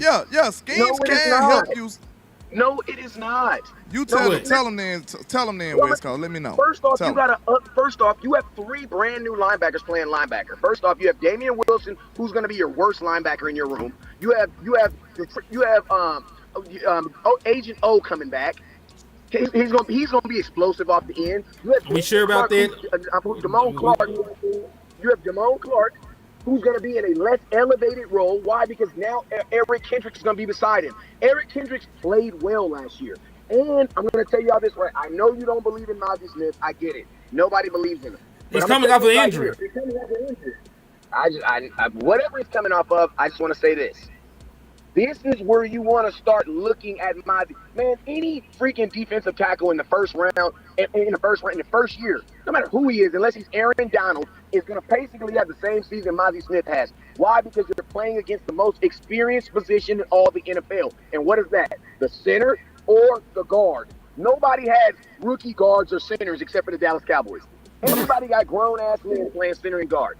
So, I'm going to tell you this right here. And I just got to clarify. 2016, the Dallas Cowboys were so great because of 2 factors. 1, because we ran the ball. 2, because we were the low. Let me finish. I'm going to tell you an amazing stat that nobody really picked up in 2016. We had the lowest percentage of third down attempts. Not to mention, we were number 1 in the NFL in third down conversion. But you want to know why we had so many less third down attempts, meaning we weren't even getting to third down? Because we were running the ball on first down, getting 5.5 yards, 4.5 yards on first down. And then guess what? Our second down was only 2nd and 4. We know that. Yeah, we're now we're just saying that the offense. The whole point was it didn't matter how they got to that point. We just saying that the offense was so good that the defenses couldn't really hone in on us like that, and then the opposing offense couldn't really get off either because they always behind. You know what I'm saying? Instead of sticking to their game plan, they had to go in emergency mode and be like, well, we got to keep up. That's what the pressure that a great offense do to a defense and an offense. Bottom line is we're not that team. So we're not like that. Yeah. Not like that. Listen to me. But you know how you get to that team? You know how you get closer to that team? You get closer to that team by improving your run game. Because CeeDee Lamb is a better receiver than anybody that you had in 2016. Now is better than Dak Prescott in 2016. Yes, but no, everybody doesn't know that. So let's stop saying that because everybody I'm asking the question. Listen, time out. I know we ain't seen it yet, but did we improve our run game? Short yardage from last year? Yeah. From last year? Yeah. To be honest with you, I believe our run game is probably the same. It didn't get worse because I don't think we upgraded at the running back position. Bro, that's what I'm saying. We should have upgraded the running back position. Like, listen, I love Zeke. Zeke is my dude. I love Zeke. But I'm looking at the whole running back position. Like, at the whole totality of it. No, I don't believe. I think with bringing in Zeke, you stay as good as you were. I think there are caveats that you did. Like, I believe, like, blitz pickup is going to be better. But I'm going to just be honest with you. Running a straight line, Tony Pollard is going to be faster than Zeke. Like, come on, man. And I'm not even a big Tony Pollard fan. But I also know that the running back I'm more happy that Zeke is here because of honestly, it's sad to say this. It's so sad to say this. But I'm probably 60-40 on more excitement that Zeke is here for non-football stuff. I mean, not non-football, for non-running back stuff. Like, I'm happy that he's here because blitz pickup, play recognition, he gonna go crazy with that. Yeah. But look, that speaks to what though, Wes? Throwing the ball. Shit. You wanna know why? Because I think the Cowboys throw the damn ball too damn much. Well, that's why. But that goes back to you then. You know, since you're talking about the running, because we got an offensive coordinator that love to pass. He gonna throw so why are we even acting like he gonna commit to the running game? I mean, he ain't never done that. So, I mean, there's no sense of really talking about that. Dak Prescott gonna get close to 4,600 yards passing. He might hit 40 touchdowns this year. And that's because we're gonna pass the ball. The strength of this team is not the running game by no means, because we're not committed enough to do that type of stuff. And We they're really not don't that have the good. personnel to really be talking about running the ball like that. That's The what I'm thing saying. about So the how- running game is, can we run the ball when we need to? That's the the definition of our running game this year. Can we That's do the it when we need to? Not that we just gonna pound the ball. That ain't Yeah, gonna happen. and listen to me, and that's always been the moniker of, like, we were the top 5 team in running the ball last year, and guess what? We still needed to run the damn ball. How about we run the damn ball instead of throwing that little 1-yard pass to Shoemaker where he couldn't get in the end zone? Or how about we have better running back play versus the Miami Dolphins when Tony Pollard put the ball on the ground on the goal line? Or how about weeks 1 through 6? Lemke did it. Listen to me. We had our running backs went 7 weeks without a rushing touchdown. The Dallas Cowboys did that. Now, people don't trip. You want to know why? Because we were still winning games. Because Dak was throwing them motherfuckers. You know what I'm saying? Because we were still. And I'm gonna tell you this right here. You go get a number 2, two number 1s. You know what you also do to Dak? You make Dak probably a 5,000-6,000 yard quarterback. What's wrong with that? And you might get more wins. You might have won a couple more of them games. You know, and I don't know if you win. I don't know if you beat Miami. I said might have. That's all. I ain't even being biased. I said you might have won a couple more.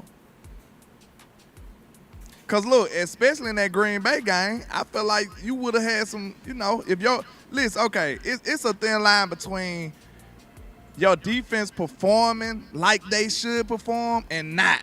Cause like, which one do y'all think it is? Let's ask that to the panel. Do y'all think our defense just not that good, or they just didn't play? They didn't play up to the standard they should have played.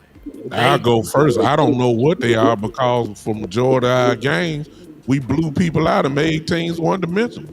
Before halftime, they was almost up 25, 30 points. I mean, so that takes away it took away the Giant. Let's just go with the Giant game. The offense took Saquon Barkley out of the game completely.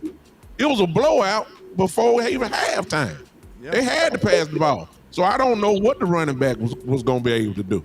I mean, I don't know what that running game is going to be able to do. I do know this about our defense, though. I know we could not stop the run at all when teams decided to run. That I do know. And it was evident. We would have found out about linebackers safeties linebackers before week 5 if we weren't blowing people out. I was just about to say, is it safe to say your offense kind of saved you from some of that It embarrassment? did. But think about this: in a 17-game season, and in an NFL league that has a salary cap, that's exactly how it's supposed to be. Your offense, and I'm gonna tell you this right here. Jerry Jones said this in 2016. He said your defense. He said, what's your best defense? A good offense. Now I'm gonna say this right here. The reason why you have to do that is because the salary cap doesn't allow you to pay everybody. So you're gonna have to have one side of your team compensate for the other. Okay, like, think about this. Hold on. Like, think about this. The year the Baltimore Ravens won the Super Bowl, with Trent, I forget who the quarterback is. It was Trent Dilfer. Trent Dilfer. I thought it was Trent Dilfer. I didn't want to miss it. Trent Dilfer was the quarterback, right? I was in basic training, I think, when this happened. Well, their defense was only giving up like 16 points a game. Go look at how good their offense was. Wasn't not good at all. They weren't good at all. But guess what? When you only got to score 18 points to win games, like, it makes, and then think about this, everybody gets rings at the end of the year. Now, if you go look at that Baltimore Ravens team, they had Ray Lewis. They had freaking Ed Reed. They had freaking Sarah Goose on there. They had Haloti Nada. But they had everybody on Madden that you're trying to get on your Madden team. Mm-hmm. Rod Woodson. And there's only 11 positions on the damn team. So we're still naming it. They stack their defense up. I think where most teams go wrong. Can you hear me? Yeah, go ahead. Yeah. Can you hear me? Yeah, we can hear you. Go ahead, cuz. Yeah. We can hear you, cuz. Not no more. I was not passing. You can hear me? Yeah, we can hear you. I think the only team that can get away with being balanced is the Kansas City Chiefs. Everybody else, you need to be really good at one thing, bruh. And I'm gonna tell you, I think that's the real problem with the Dallas Cowboys. We not really good at one. Like, even listen to me, because and the stats would even say that we're good at throwing the ball, but us throwing the ball a lot does beating the top end teams, translate to top end teams. Well, so that's we what I'm saying. won. Like, we beat a couple of them throwing the ball. We threw the ball at Detroit and won. We threw the ball against Detroit and won. We should have won against Miami throwing the ball. Miami, your defense let you down at the end. Dak threw the ball all the way down the field and got you up.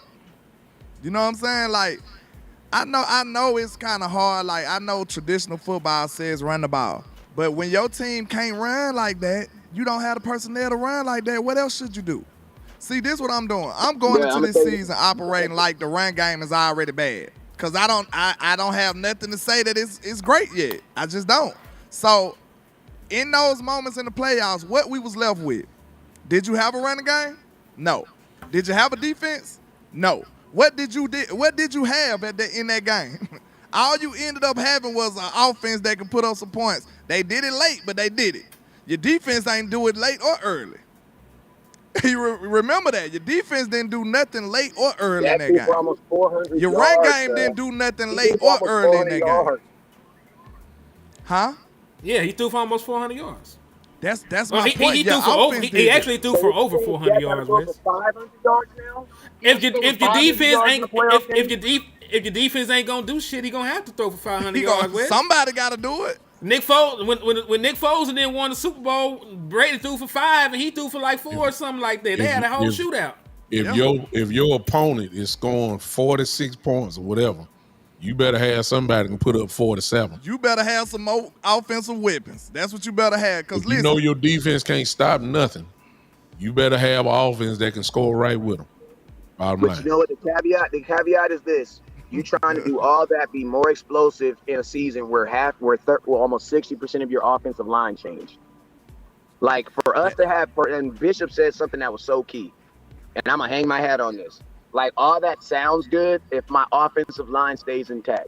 Like, if my offensive line stays intact, I'm probably not even tripping on having Zeke not here. Like, the reason why Zeke is here is because 3 of these dudes in the offensive line, I'm like, who are you? You know what I'm saying? That's what we depending on them to be able to run, though. Listen, but I'm gonna tell you this. If you think about this, though, I'm gonna tell y'all this right here. You might have, if you're a bad team, you're not trying to pass the ball, bro. I'm gonna tell you, when you first in a season, the first thing you do is run the ball, bro, because it's easier. It is easier to run the ball. You do not see any bad teams, no 1 in 16 teams out here throwing the ball for 400 yards. Throwing the ball is hard, bro. Throwing the ball is harder than running the ball. Like, I have learned that coaching football. Like, that's why if you in kids football, they don't even throw the ball to like week 7. Why? Because running the ball is so much easier, bro. It is so easier for five fat dudes to run forward than it is to get these dudes coming backwards. And think about this. You got to have chemistry. Most bad offenses don't have what? Good offensive lines. So if you don't have a good offensive line, why are you trying to pass block? Like, that makes no sense. You know what I'm saying? So it depends on is your line good at pass blocking or is they good at run blocking? Listen to me. If your offensive line is good at pass blocking, you probably have a good offense. I don't know too many teams that have a good pass blocking offense. That means they can keep the quarterback standing up, give him opportunity to deliver ball, and they're not winning games. Guess what, Wes? You do know one. The Dallas Cowboys was one last year. We was a good pass blocking team, but we wasn't a good run blocking team. But think about this. At the majority, we won most of our games. Now we're in an isolated event. We're looking at everything as one game. We couldn't do it one game, but in a sphere of 18 games, yes, you could. That's why I'm overlooking some of the needs at offensive line and saying, hey, I seen Dak navigate and be great with an inferior offensive line the whole year. Listen to me. I'm gonna tell you this right here. I'm gonna keep it real.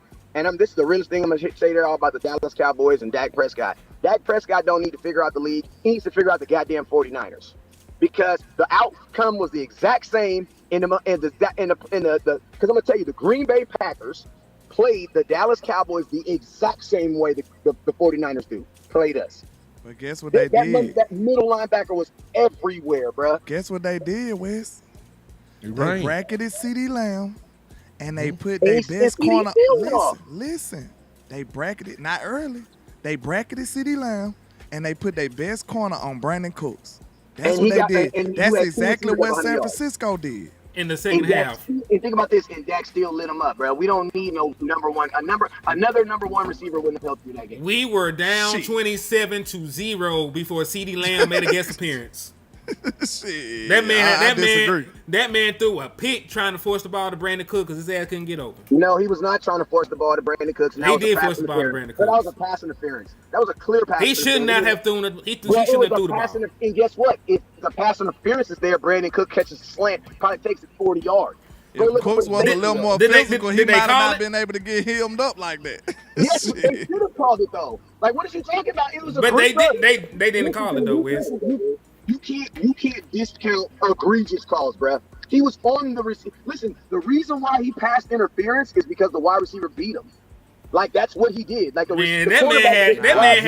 man had inside leverage and some more shit. He honestly didn't beat him. He just was more physical. It looked like him. It was a pass interference because he was more physical. No, Brandon Cooks for sure beat him on the inside route. He for sure beat him. Go look at the film on that. Nah. He diamond stepped. Yes, he did. He diamond stepped him. He leaned him to the right, and then he beat him on the inside. And as soon as he beat him on the inside, bro, listen to me. That is actually a film that they use out here at the 7-on-7. Hey, kids, y'all remember the film we watched?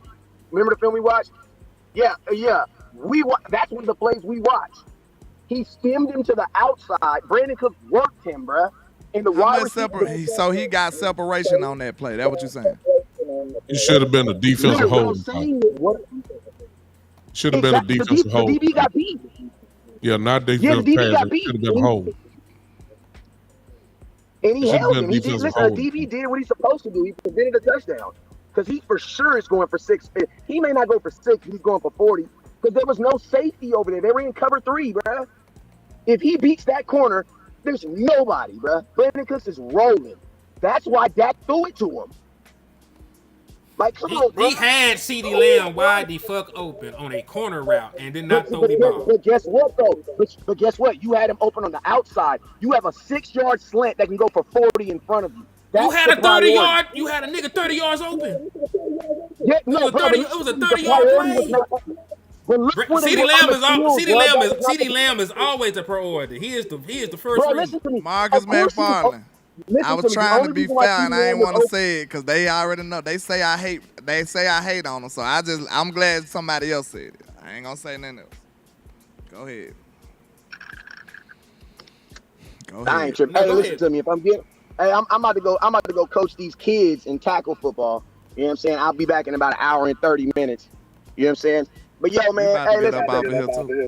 I love y'all. For all the people that say I get on y'all nerves, make sure you follow me. You feel me? So you don't accidentally watch it. You feel me? Honestly, I don't give a damn about people saying I get on their nerves. I was getting on y'all nerves. I could have saved y'all $45 million when you signed Michael Gallup. I was getting on your nerves then.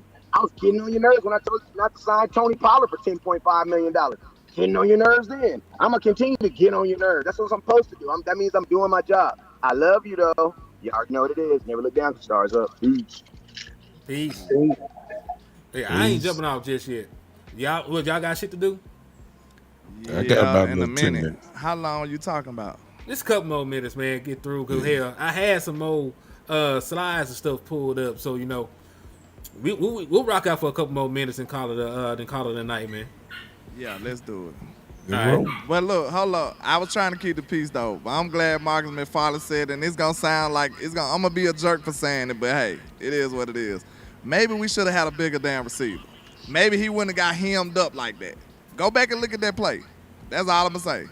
Brandon Cooks. Common sense tell you, if you got another killer on the other side, you may be real. You're going to stop rolling coverage to CD because that other killer going to kill.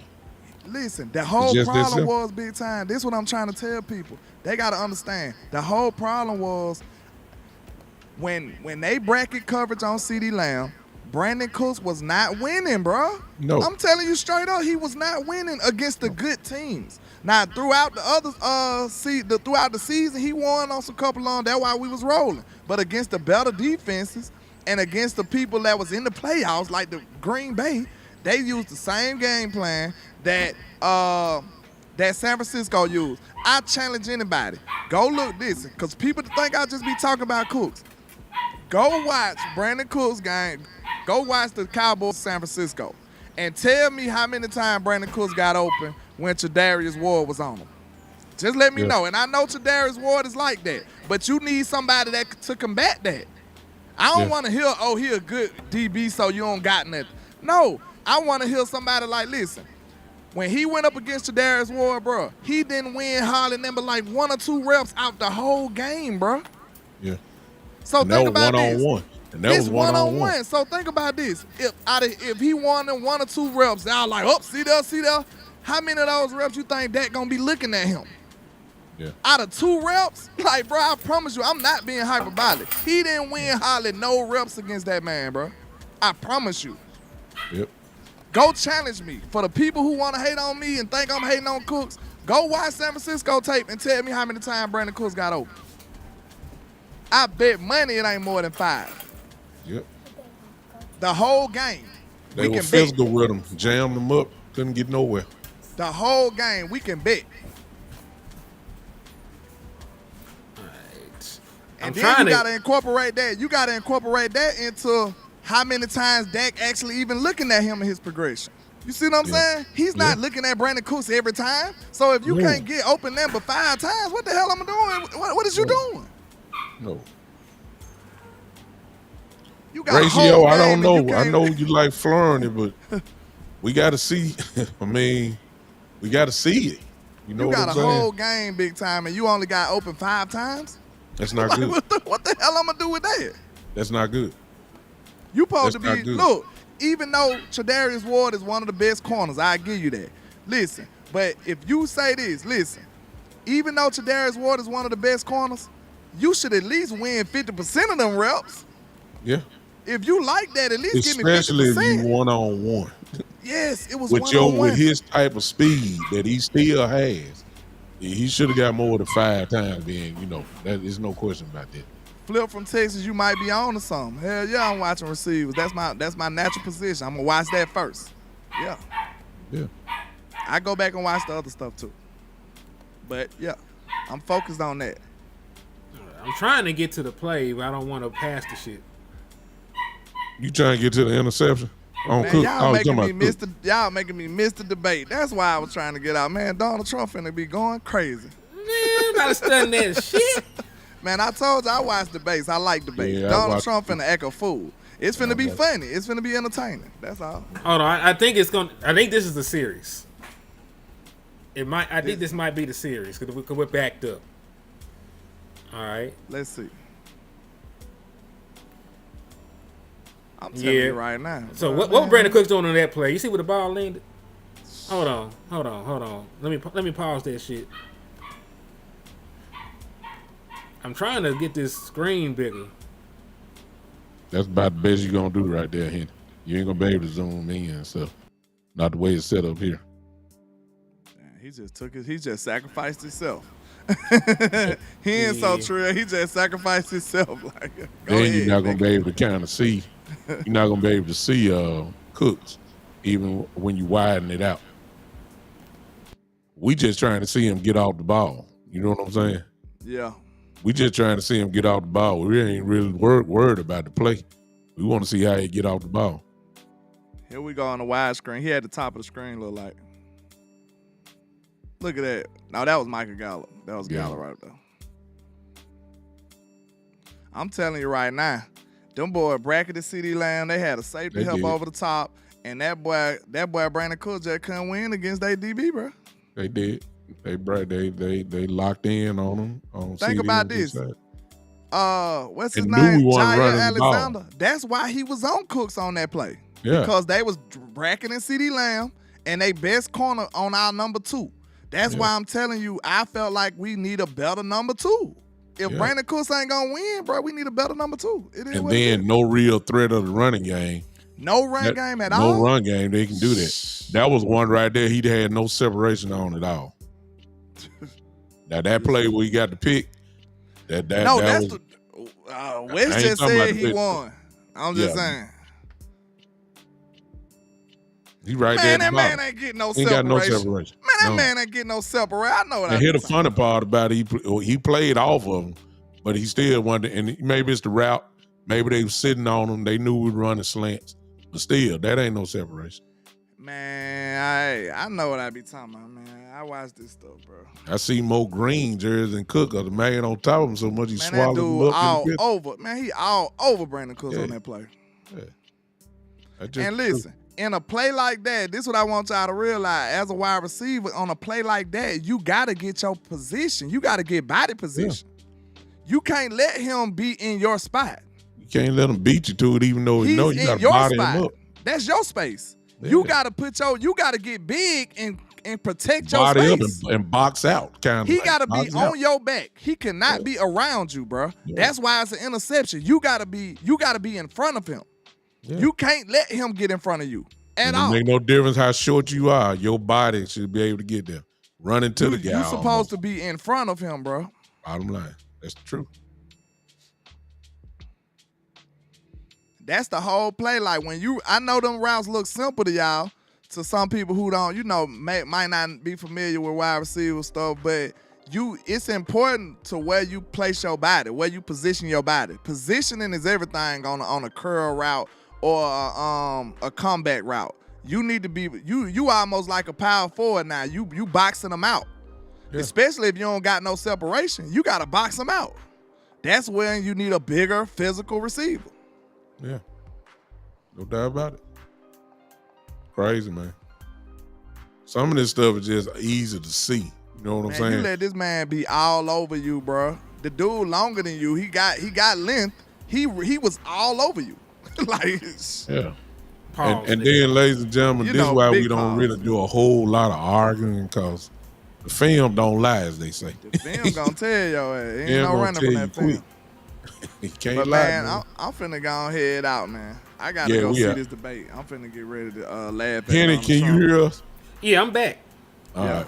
I'm finna get ready to laugh at this comedian. Y'all heard of this new comedian, Donald Trump? He's hilarious. Man, it be like that sometimes. I'm not even that political. I'm just saying I just want to be entertained. That's all. Bottom line. But hey, I appreciate y'all for showing out, man. It was a damn good show, man. Man, this was an excellent show.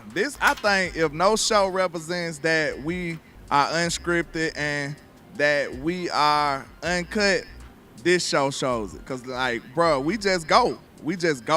And, like, the discussion's going to get heated sometime because we passionate. This just who we are. We passionate in the work we done. We passionate in our ideas. Shit. That's just how it goes sometimes. And, he said the debate been on with Landlord. It started at 6. Oh my God. No, it's over with then. Nah. I'm going to have to catch that on the replay. It started on 7 at our time. With Central Time.